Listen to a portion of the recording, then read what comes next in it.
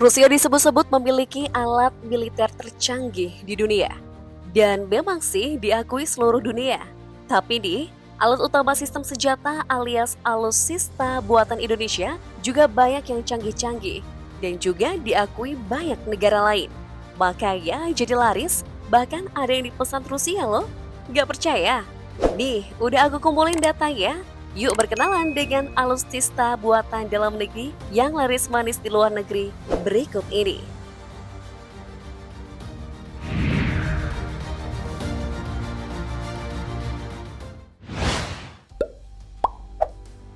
Yang pertama ada Anoa 6x6 produksi PT Pindad Indonesia. Perusahaan ini memiliki 2 pabrik, ada di Bandung untuk tempat produksi senjata, kendaraan khusus, dan mesin industrial. Juga ada di Turen, Malang untuk tempat produksi amunisi dan bahkan peledak komersial. Nah, Anoa 6x6 sendiri adalah kendaraan lapis baja yang digunakan oleh Angkatan Perang dan terdiri dari beberapa jenis. Mulai dari Anoa 6x6 Mortar, Command, Amphibious, Recovery, APC, alias Armored Personal Carrier, Ambulance, hingga Anoa 6x6 Logistik. Jenis yang paling laris dari Panzer ini adalah Panzer Anoa 6x6 Amphibious yang memiliki panjang 6 meter. Kendaraan taktis ini dibekali sejumlah persenjataan, mulai dari senapan mesin 12,7 mm, senapan mesin 7,62 mm, GSI 40 AGL, serta peluncur granat asap. Malaysia menjadi salah satu negara yang menyukai produk karya anak bangsa ini, hingga pernah memesan sebanyak 32 buah di tahun 2013 lalu. Tetapi jenisnya yang berbeda-beda. Tidak hanya negeri tetangga, Kerajaan Brunei Darussalam pun pernah memesan Anoa 6x6 sebanyak 45 unit. Selain itu ada negara Bangladesh, Irak, Nepal, Pakistan, dan Timor Leste yang turut menggunakan kendaraan bermesin Renault MIDR 062045 inline 6 cylinder turbocharger diesel ini.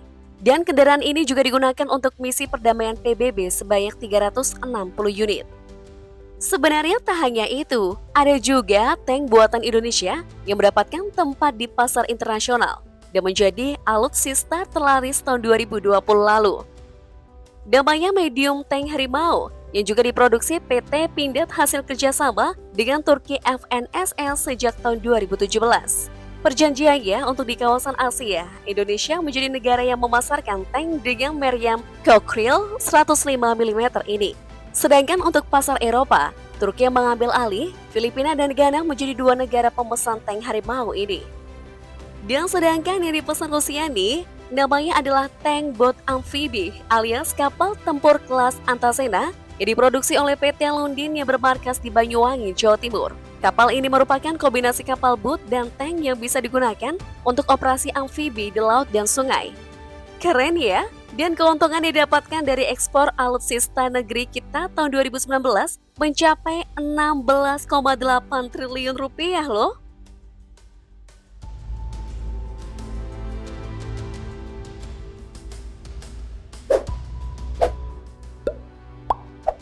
Ada lagi nih yang bikin bangga. Soalnya ada pesawat terbang hasil karya anak bangsa juga yang telah diekspor ke sejumlah negara. Mulai dari pesawat jenis CN-235-220 buatan PT Dirgantara Indonesia dengan kerjasama jasa Spanyol. Pesawat ini mampu menampung 49 penumpang dan bisa pulih digunakan bagi penerjun komersial hingga sebagai pesawat patroli maritim. Bermodalkan 2 mesin turboprop, hebatnya lagi, pesawat ini mampu mendarat di landasan yang pendek. Angkatan Udara Senegal atau Senegal Air Force dan Nepalese Army sudah memesan masing-masing 1 unit. Kemudian juga Royal Thai Police sebanyak 3 unit. Tapi itu hanya sebagian kecil loh.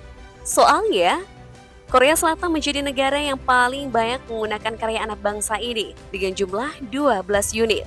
Disusul Turki 9 unit, Malaysia 8 unit, dan Uni Emirat Arab 7 unit.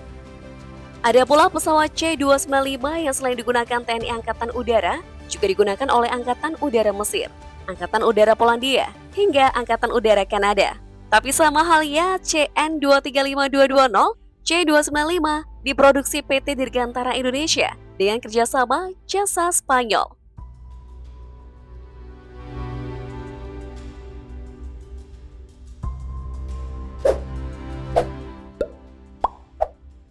Selain itu, ada kapal baru varian monohull X-15 Fast Patrol Boat yang merupakan hasil kerjasama pemerintah Malaysia dengan PT Lundin yang berada di Banyuwangi. Ini adalah salah satu kapal patroli sekaligus kapal tempur ringan yang memiliki 3 ukuran, yaitu 11 meter, 16 meter, dan 16,5 meter. Selain digunakan di Malaysia dan Indonesia, kapal ini juga diminati oleh militer Timor Leste.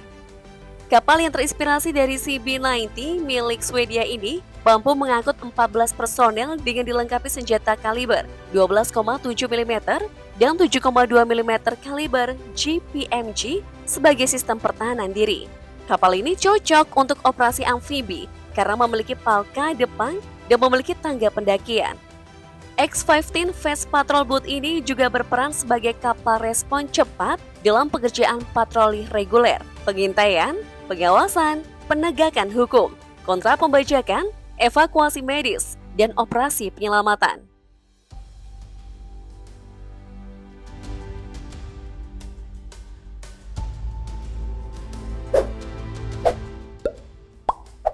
Terus ada pesawat udara nirawak disingkat PUNA, tipe Medium Altitude Long Endurance, disingkat MEL yang diberikan nama elang hitam. PUNA MEL elang hitam ini nantinya berperan untuk mengawasi perbatasan yang difungsikan untuk pertahanan dan keamanan wilayah Indonesia. Kelebihannya adalah bisa terbang selama 24 jam dan mencapai ketinggian 9.000 meter. Selain dilengkapi kamera dan radar, nantinya drone yang memiliki panjang 8 meter dan lebar 2,5 meter ini juga akan dilengkapi dengan rudal loh. Jadi bayangin aja gimana canggihnya. Drone yang diproduksi oleh PT Dirgantara Indonesia ini pertama kali ditampilkan pada Desember 2019. Namun karena pandemi COVID-19, PUNA MEL elang hitam yang awalnya dijadwalkan terbang pertama pada tahun 2020 diundur menjadi akhir tahun 2021. Kemudian ditargetkan beroperasi tahun 2024 setelah mendapatkan sejumlah uji sertifikasi. Dikabarkan udah ada beberapa negara yang meliriknya. Tinggal tunggu uji sertifikasi, baru deh yang mau pesan dipersilahkan.